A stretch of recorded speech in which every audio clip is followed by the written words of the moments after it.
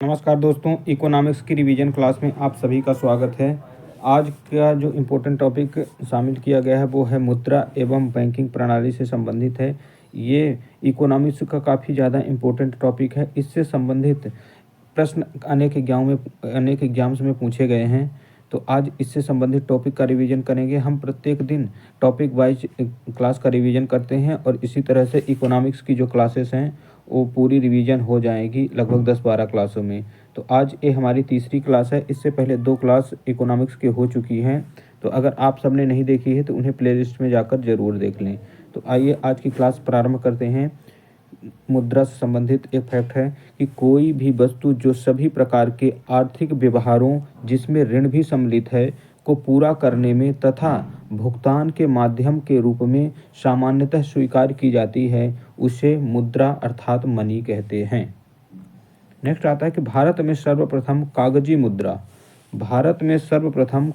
मुद्रा paper money की शुरुआत किस वर्ष की गई थी? तो भारत में पेपर मनी कागजी मुद्रा की जो शुरुआत है वो होती है 1862 में।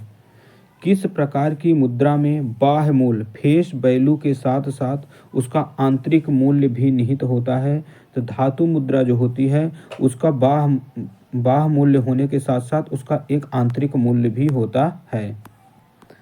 विदेशी मुद्रा जिसमें त्वरित प्रवास की प्रवृत्ति होती है क्या कहलाती है? तो विदेशी मुद्रा जिसमें त्वरित प्रवास की प्रवृत्ति होती है उसे गर्म मुद्रा अर्थात हॉट मनी के नाम से जाना जाता है। स्मार्ट मनी या प्लास्टिक मनी शब्द का प्रयोग किसके लिए किया जाता है? तो स्मार्ट मनी या प्लास्टिक मनी शब्द का प्रयोग जो है वो क्रेडिट कार्ड या डेबिट कार्ड के लिए किया जाता है। बिटकॉइन क्रिप्टो करेंसी का प्रचलन किसने किया था? बिटकॉइन क्रिप्टो करेंसी का जो प्रचलन किया गया सतोशी नाकामोतो के द्वारा, जो कि कहाँ के हैं? जापान के सतोशी नाकामोतो के द्वारा बिटकॉइन क्रिप्टो करेंसी का प्रचलन प्रारंभ किया गया।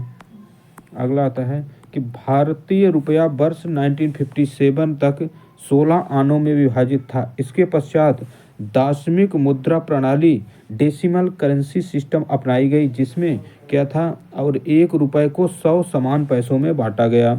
आरबीआई के द्वारा जारी नोटों में कुल 17 भाषाओं का प्रयोग होता है। तो इससे ज़रूरी इंपॉर्टेंट फैक्ट क्या क्या है कि जो भारतीय रुपया है 1957 में 16 आनों तक विभाजित था। इसके बाद क्या किया गया 1957 में दार्शनिक मुद्रा प्रणाली डेसिमल करेंसी सिस्टम को अपनाया गया जिसमें क्या है 1 रुपये में 100 समान पैसों में बांटा गया है। और एक इम्पोर्टेंट पॉइंट ये है कि आरबीआई द्वारा जारी नोटों के जो में कुल भाषाएं हैं वो कितनी हैं? 17 भाषाओं का प्रयोग होता है। वह मुद्रा जिसमें वास्तविक और अंकित मूल्य बराबर हों उसे क्या कहते हैं? तो वो है स्टैंडर्ड मनी अर्थात प्रामाणिक मुद्रा। प्रामाणिक मुद्रा में वास्तविक और अंकित मूल्य दोनों बराबर होते हैं। विशेष आहरण अधिकार स्पेशल ड्राइंग राइट्स एसडीआर क्या है? एसडीआर किसका उदाहरण है? तो विशेष आहरण अधिकार जो स्पेशल ड्राइंग राइट है एसडीआर वो एक कृत्रिम मुद्रा आर्टिफिशियल मनी का उदाहरण होती है। किस प्रकार की मुद्रा का दुर्लभ मुद्रा हार्ड करेंसी से तात्पर्य जिस मुद्रा की विश्व बाजार में आपूर्ति की अपेक्षा मांग अधिक हो उसे दुर्लभ मुद्रा या हार्ड करेंसी के नाम से जाना जाता है। मुद्रा पूर्ति की माप मेजरमेंट ऑफ मनी सप्लाई, तो इसको M1 से क्या क्या मापा जाता है? तो M1 से लोगों के पास मुद्रा व जो सिक्के हैं प्लस बैंकों के पास जो नगद जमा है और प्लस रिजर्व बैंक के पास अन्य जमाएं जो हैं संकीर्ण मुद्रा वो सभी क्या है M1 के अंतर्गत माप की जाती है।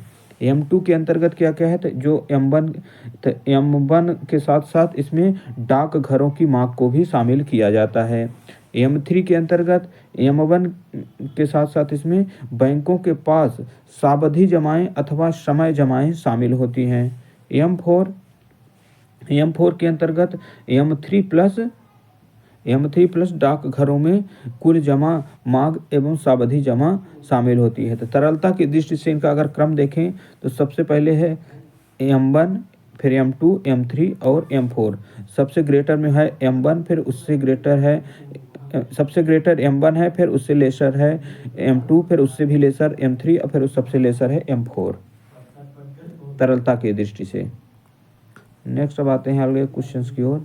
भारत में मुद्रा गुणक मनी मल्टीप्लर को किस रूप में परिभाषित किया जाता है? तो भारत में मुद्रा गुणक को जो है आरक्षित मुद्रा के रूप में परिभाषित किया जाता है। Postal order, demand draft, cheque तथा पत्र किसके उदाहरण हैं? Postal order, demand draft, cheque तथा पत्र जो हैं वो ऐच्छिक मुद्रा, ऑप्शनल मनी के विनिमय के उदाहरण हैं। मुद्रा प्रसार, करेंसी एक्सपेंशन से क्या तात्पर्य है? तो मुद्रा प्रसार से तात्पर्य है अर्थव्यवस्था में ऊंची कीमतों का होना। अगर अर्थव्यवस्था में कीमतें ऊंची हैं तो वो क्या है? मुद्रा प्रसार का उदाहरण है। नेक्स्ट है कि भारत में सिक्कों की ढलाई किन स्थानों पर की जाती है? तो भारत में 3 स्थानों पर सिक्कों की ढलाई होती है। तो एक तो पहला है मुंबई, दूसरा कोलकाता और तीसरा है हैदराबाद। मुंबई, कोलकाता और हैदराबाद में सिक्कों की ढलाई की जाती है। 1 रुपये का नोट वित्त मंत्रालय के द्वारा जारी किया जाता है, जिस पर वित्त सचिव के हस्ताक्षर होते हैं, जबकि अन्य करेंसी नोट आरबीआई के द्वारा जारी किए जाते हैं, जिन पर रिजर्व बैंक के गवर्नर के हस्ताक्षर होते हैं। तो 1 रुपये का जो नोट होता है वो वित्त मंत्रालय के द्वारा जारी होता है, जिसमें हस्ताक्षर किसके होंगे? वित्त सचिव के। अब बाकी जो नोट होते हैं 1 रुपये के अलावा वो सभी आरबीआई के द्वारा जारी किए जाते हैं, जिसमें सिग्नेचर किसके होता है? आरबीआई के गवर्नर के होते हैं। नेक्स्ट आता है वर्ष 2020 तक एक वैश्विक डिजिटल करेंसी लिब्रा तथा एक डिजिटल वॉलेट कैलिब्रा जारी करने की घोषणा किसने की है? तो लिब्रा और कैलिब्रा जारी करने की जो घोषणा की गई वो की गई फेसबुक के द्वारा। भारत में मुद्रा एवं शाख का नियंत्रण किसके द्वारा किया जाता है? तो भारत में मुद्रा एवं शाख का नियंत्रण जो है वो भारतीय रिजर्व बैंक के द्वारा, आरबीआई के द्वारा किया जाता है। ऐसा संस्थान जो किसी देश के वित्तीय व्यवहार में भागीदार होता है बैंक कहलाता है। बैंकों और इसी तरह के संस्थानों की व्यावसायिक गतिविधियां बैंकिंग कहलाती हैं। तो ऐसा संस्थान जो वित्तीय व्यवहार में भागीदार होता है बैंक कहलाता है। बैंकों और इसी तरह के संस्थानों की व्यावसायिक गतिविधियां क्या कहलाती हैं? बैंकिंग कहलाती हैं। सर्वप्रथम आधुनिक बैंकिंग का विकास किस देश में हुआ है? तो सर्वप्रथम आधुनिक बैंकिंग का जो विकास हुआ वो हुआ है नीदरलैंड में। भारतीय रिजर्व बैंक आरबीआई की स्थापना किस वर्ष की जाती है? तो आरबीआई की स्थापना जो है वो 1935 में की जाती है। नेक्स्ट आता है कि भारत में केंद्रीय बैंक की स्थापना का प्रथम प्रयास किसके द्वारा किया गया? तो भारत में केंद्रीय बैंक की स्थापना का जो प्रथम प्रयास होता है 1914 में चैम्बरलिन आयोग के द्वारा किया जाता है। इंपीरियल बैंक ऑफ इंडिया की स्थापना किस वर्ष की जाती है? तो इंपीरियल बैंक ऑफ इंडिया की स्थापना जो है वर्ष 1921 में की गई थी। भारत में विदेशी विनिमय संचय एक्यूमुलेशन ऑफ फॉरेन रेगुलेशंस के रख रखाव किसके द्वारा किया जाता है? तो विदेशी विनिमय का जो संचय है वो उसका रख रखाव करने का काम है आरबीआई, भारतीय रिजर्व बैंक ऑफ इंडिया के द्वारा।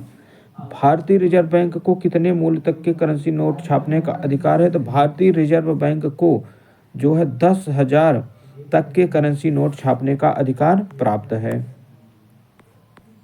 नेक्स्ट अब आ जाते हैं अगले पेज में कि विश्व बैंक के किस बैंक को केंद्रीय बैंकों की मां की संज्ञा दी गई है? तो विश्व के जो बैंक है वो है bank of England. Bank of England को विश्व के केंद्रीय बैंकों की मां की संज्ञा दी गई है। भारत में मुद्रा संबंधी नोटों का निर्गमन प्रणाली किस पर आधारित है? तो भारत में मुद्रा संबंधी नोटों की जो निर्गमन प्रणाली है वो न्यूनतम आरक्षण प्रणाली पर आधारित है, मिनिमम रिजर्व सिस्टम। तो क्या होता है? न्यूनतम आरक्षित प्रणाली मिनिमम रिजर्व सिस्टम के अंतर्गत एक वित्तीय वर्ष में एक नए नोट निर्गमित करने की प्रक्रिया में भारतीय रिजर्व बैंक 200 करोड़ का एक संचित कोष रखेगी, जिसमें 115 करोड़ का मूल्य का सोना होगा और 85 करोड़ की जो कि होगी अंतर्राष्ट्रीय मुद्रा इंटरनेशनल करेंसी होगी। यही क्या है, न्यूनतम आरक्षण प्रणाली है। एक बार फिर से बता देते हैं, न्यूनतम आरक्षण प्रणाली जो है इसके अंतर्गत एक वित्तीय वर्ष में नए नोटों को निर्गमित करने की प्रक्रिया में भारतीय रिजर्व बैंक क्या है 200 करोड़ का एक संरक्षित कोष रखेगी, जिसमें 115 करोड़ का सोना होगा और 85 करोड़ क्या हो गए अंतर्राष्ट्रीय मुद्रा होगी। नेक्स्ट आता है कि भारत में ट्रेजरी बिल किसके द्वारा बेचे जाते हैं। तो भारत में ट्रेजरी बिल जो है वो आरबीआई के द्वारा बेचे जाते हैं। भारत में सिक्के जारी करने तथा नियंत्रित करने का कार्य कौन करता है। तो भारत में सिक्कों को जारी करने और नियंत्रित करने का कार्य आरबीआई के द्वारा किया जाता है। प्रथम क्षेत्रीय ग्रामीण bank first regional rural bank की जो स्थापना है वो की गई थी वर्ष 1975 में प्रथम क्षेत्रीय ग्रामीण bank first regional rural bank की स्थापना की गई थी। भारत का प्रथम निजी बैंक कौन था। Private bank, first private bank जो है भारत का वो है इलाहाबाद बैंक। वाणिज्यिक पत्र कॉमर्शियल पेपर किसके लिए साख का स्रोत है। तो वाणिज्यिक पत्र कॉमर्शियल पेपर जो है वो निगम कारपोरेशन उद्योग के लिए हैं। इंद्रधनुष योजना किससे संबंधित है। तो इंद्रधनुष योजना जो कि 2015 में मोदी सरकार की गवर्नमेंट के द्वारा लाई जाती है, तो ये है बैंकों को वित्तीय सुधार से संबंधित योजना है। वर्ष 2011 में सूक्ष्म वित्तीय संस्थाएं, वर्ष 2011 में सूक्ष्म वित्त संस्थाएं माइक्रो फाइनेंस इंस्टीट्यूट किस समिति की अनुशंसा पर स्थापित की गई। तो सूक्ष्म वित्तीय संस्थाएं जो हैं वो 22H मालेगांव समिति की अनुशंसा पर सूक्ष्म वित्त बैंकों की स्थापना की गई। भारतीय रिजर्व बैंक के लेखा वर्ष की अवधि क्या है। तो भारतीय रिजर्व बैंक के जो लेखा वर्ष अकाउंटिंग ईयर है वो है 1 जुलाई से 30 जून, 1 जुलाई से प्रारंभ होकर 30 जून के बीच है भारतीय रिजर्व बैंक का लेखा वर्ष। आरबीआई अपने लेखांकन को जुलाई से जून में परिवर्तित कर अप्रैल मार्च करने का निर्णय किया है।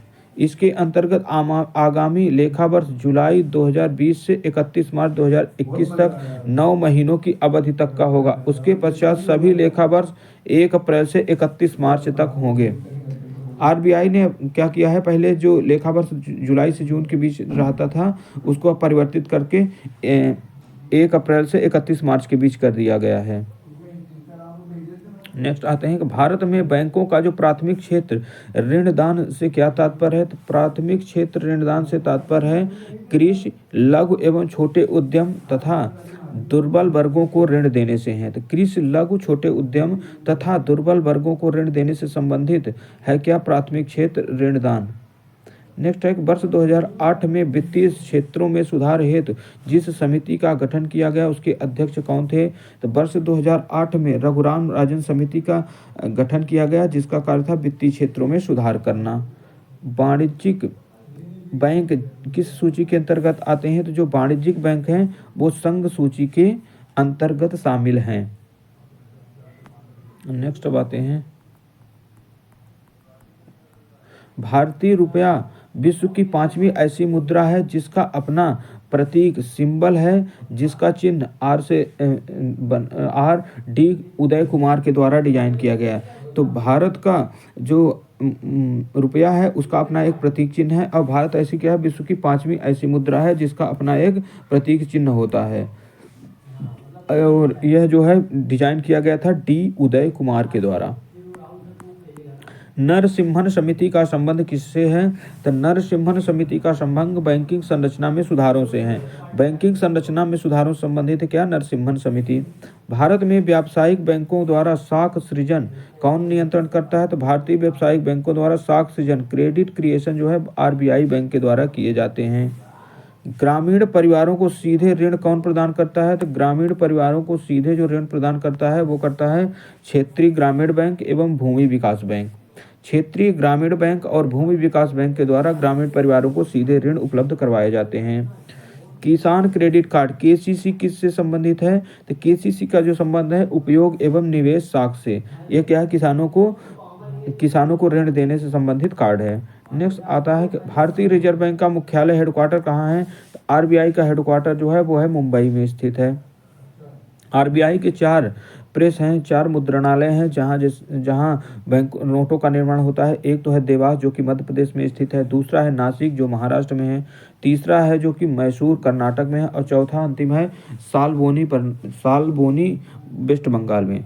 4 जगहों में क्या है, नोट बनाने के मुद्रणालय हैं, देवास, नासिक, मैसूर, सालबोनी। नेक्स्ट आता है भारत का केंद्रीय बैंक बैंकों का बैंक कहा जाता है। तो भारत का केंद्रीय बैंक जो बैंकों का बैंक कहा जाता है वो है आरबीआई बैंक को। भारतीय स्टेट बैंक एसबीआई की स्थापना कब की गई थी? भारतीय स्टेट बैंक एसबीआई की जो स्थापना है वह वर्ष 1955 में हुई थी। सिंपली क्लिक क्रेडिट कार्ड योजना, सिंपली क्लिक क्रेडिट कार्ड योजना किस बैंक द्वारा शुरू की गई? तो ये सिंपली क्लिक क्रेडिट कार्ड योजना जो है वो SBI state bank of India के द्वारा प्रारंभ की गई। भारत का प्रथम महिला बैंक की स्थापना कब और कहाँ की गई? तो भारत के प्रथम महिला बैंक की जो स्थापना होती है वो 19 नवंबर 2013 को मुंबई में की जाती है। भारत के किस बैंक ने चीन में सबसे पहले अपनी शाखा स्थापित की? तो SBI state bank of India ने सबसे पहले चीन में अपनी पहली शाखा खोली थी। नेक्स्ट आता है कि निजी भारतीय बैंकों में से किसने चीन में सर्वप्रथम अपनी शाखा खोली? तो सार्वजनिक क्षेत्र में तो स्टेट बैंक ऑफ इंडिया है और निजी क्षेत्र में जो है वो एक्सिस बैंक के द्वारा चीन में सर्वप्रथम अपनी शाखा खोली जाती है। तो भारतीय जो सार्वजनिक क्षेत्र के 12 बैंक हैं उनके नाम दिए गए हैं। सबसे पहला बैंक है वो है स्टेट बैंक ऑफ इंडिया जो कि सबसे बड़ा सार्वजनिक क्षेत्र का बैंक है। इसके बाद है bank of India, bank of Baroda, bank of Maharashtra, union bank of India, UCO bank, Punjab national bank, Indian overseas bank, central bank of India, Punjab and Sindh bank, Indian bank और अंतिम में है केनरा बैंक। तो ये क्या है, 12 कुल सार्वजनिक क्षेत्र के बैंक हैं। नेक्स्ट आते हैं कि भारत में सार्वजनिक क्षेत्र का सबसे बड़ा वाणिज्यिक बैंक कौन है? तो भारत में सार्वजनिक क्षेत्र की दृष्टि से सबसे बड़ा बैंक है वो है state bank of India SBI. Bharat में बैंकिंग व्यवस्था के विस्तार एवं वित्तीय समावेशन को ध्यान में रखकर 29 जुलाई 1969 को एवं 15 अप्रैल 1980 को 1969 में 14 और 1980 में 6 बैंकों का राष्ट्रीयकरण किया गया। 6 व्यावसायिक बैंकों का क्या किया गया, राष्ट्रीयकरण। तो वेरी इंपॉर्टेंट है, यहाँ से क्वेश्चन प्रत्येक परीक्षा में पूछा ही जाता है कि 2 बार राष्ट्रीयकरण होता है। एक बार तो 1969 में कितने 14 बैंकों का और दूसरी बार 1980 में जो है 6 बड़े व्यावसायिक बैंकों का क्या है, राष्ट्रीयकरण किया जाता है। नेक्स्ट आते हैं किसानों तक आसानी से पहुंच के लिए किस बैंक ने किसान क्लब स्थापित किए? तो किसानों को आसानी से पहुंच के लिए जो है किसान क्लब स्थापित किया गया, वो किया गया एसबीआई के द्वारा। भारत का पहला इस्लामिक बैंक कहाँ स्थापित किया गया? तो कोच्चि केरल में भारत का पहला इस्लामिक बैंक जो है वो स्थापित किया गया। लघु उद्योगों स्मॉल स्केल इंडस्ट्रीज के क्षेत्र में कौन सा बैंक कार्य करता है? तो भारतीय लघु उद्योग विकास बैंक सिडबी जो है सिडबी लघु उद्योगों के क्षेत्र में प्रमुख कार्य करता है।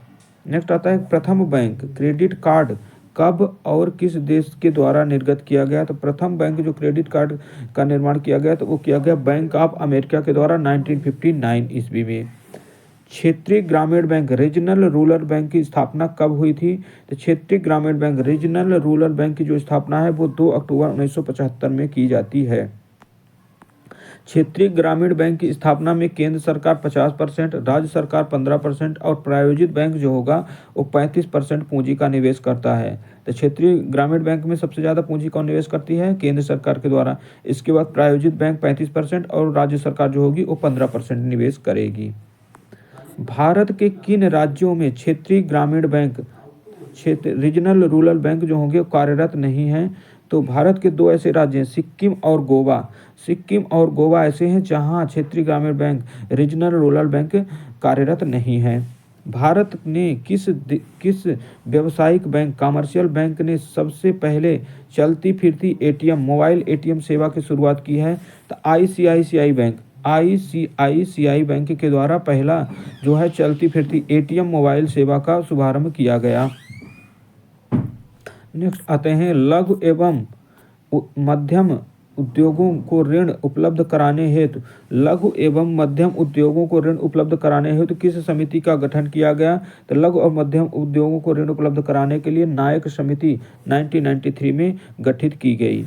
भारत में नाबार्ड किन बैंकों को पुनर्जीवित रीफाइनेंस करने उपलब्ध कराता है? तो भारत का जो नाबार्ड है वो भारत के नाबार्ड के द्वारा अनुसूचित व्यापारिक बैंकों, क्षेत्रीय ग्रामीण बैंकों तथा राज्य भूमि विकास बैंकों को पुनर्वित्त उपलब्ध कराने का कार्य करता है।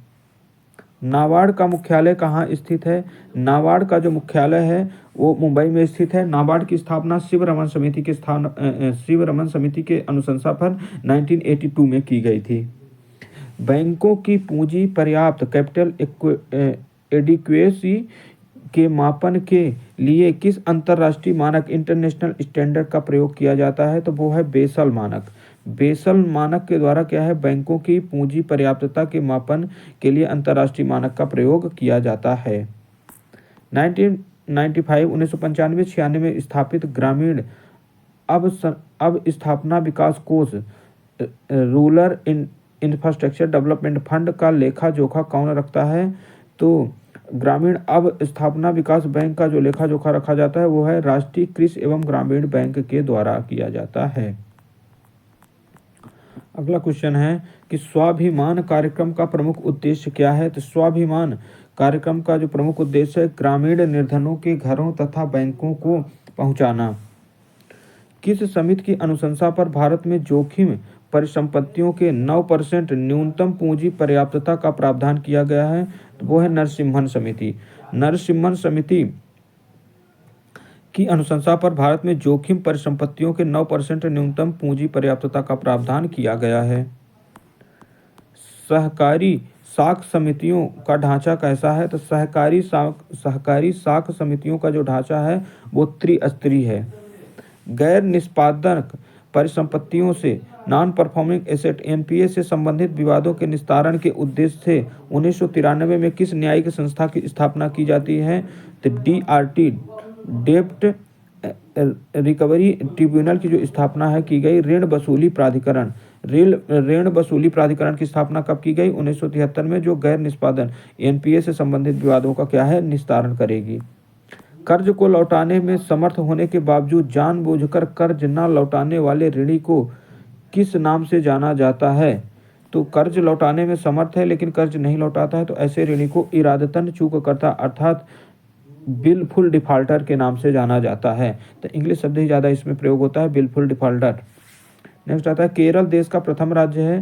केरल देश का प्रथम राज्य है, जबकि तमिलनाडु का मंगलम देश का प्रथम गांव है जहां प्रत्येक परिवार को कम से कम एक बैंक खाता सुनिश्चित किया गया है। तो केरल देश का प्रथम ऐसा राज्य है जहां, और तमिलनाडु का मंगलम देश का प्रथम ऐसा गांव है जहां प्रत्येक परिवार को कम से कम एक खाता जरूर सुनिश्चित किया गया है। भारतीय रिजर्व बैंक किन परिसंपत्तियों के बदले मुद्रा निर्गमन करवाता है? तो इसको हमने पहले ही बताया कि स्वर्ण मुद्रा, जो कि 200 करोड़ की परिसंपत्ति होनी चाहिए, जिनमें से 115 करोड़ के स्वर्ण और 85 करोड़ की विदेशी प्रतिभूति होनी चाहिए। इसके बदले भारत सरकार प्रतिभूति के बदले में क्या है, मुद्रा का निर्गमन करता है। नेक्स्ट आता है कि वर्ष 1920 में प्रथम भूमि विकास बैंक की स्थापना कहाँ की गई? तो वर्ष 1920 में प्रथम भूमि विकास बैंक की स्थापना झाग पंजाब में की गई। बैंकों की जमा राशियां बढ़ने पर मुद्रा आपूर्ति मनी सप्लाई पर क्या प्रभाव पड़ता है? तो बैंकों की जमा राशियां बढ़ने पर मुद्रा आपूर्ति क्या है, बढ़ जाती है। भारतीय स्टेट बैंक की स्थापना किसकी संस्तुति पर की गई थी? तो भारतीय स्टेट बैंक की जो स्थापना है वो एडी गोरावाला समिति की अनुशंसा पर 1952 में की गई। 1952 में समिति गठित की जाती है, जबकि एसबीआई की स्थापना 1955 में होती है। केंद्रीय बैंक का सर्वाधिक महत्वपूर्ण कार्य कौन सा है? तो केंद्रीय बैंक का जो सर्वाधिक महत्वपूर्ण कार्य है वह देश में पत्र मुद्रा पेपर करेंसी का निर्गमन करना। असंगठित क्षेत्र की आश्रितता को कम करने के लिए नाबार्ड के द्वारा कौन सा कार्यक्रम चलाया गया? तो वो है स्वयं सहायता समूह।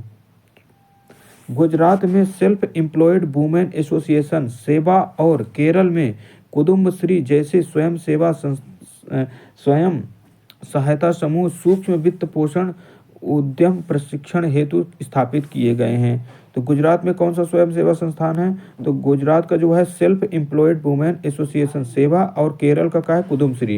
ये इंपॉर्टेंट है। केरल का कुदुमश्री जैसे स्वयं सहायता समूह सूक्ष्म वित्त पोषण तथा उद्यम प्रशिक्षण हेतु स्थापित किए गए हैं।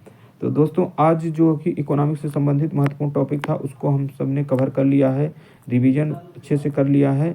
तो उम्मीद करते हैं कि ये क्लास आप सबके लिए बहुत अच्छी लगी होगी। तो आज की क्लास में बस इतना ही। आप सभी को बहुत बहुत धन्यवाद। ऐसे ही लगातार क्लास में बने रहें और अपनी तैयारी को बेहतर बनाते रहें। तो आप सभी को बहुत बहुत धन्यवाद। जय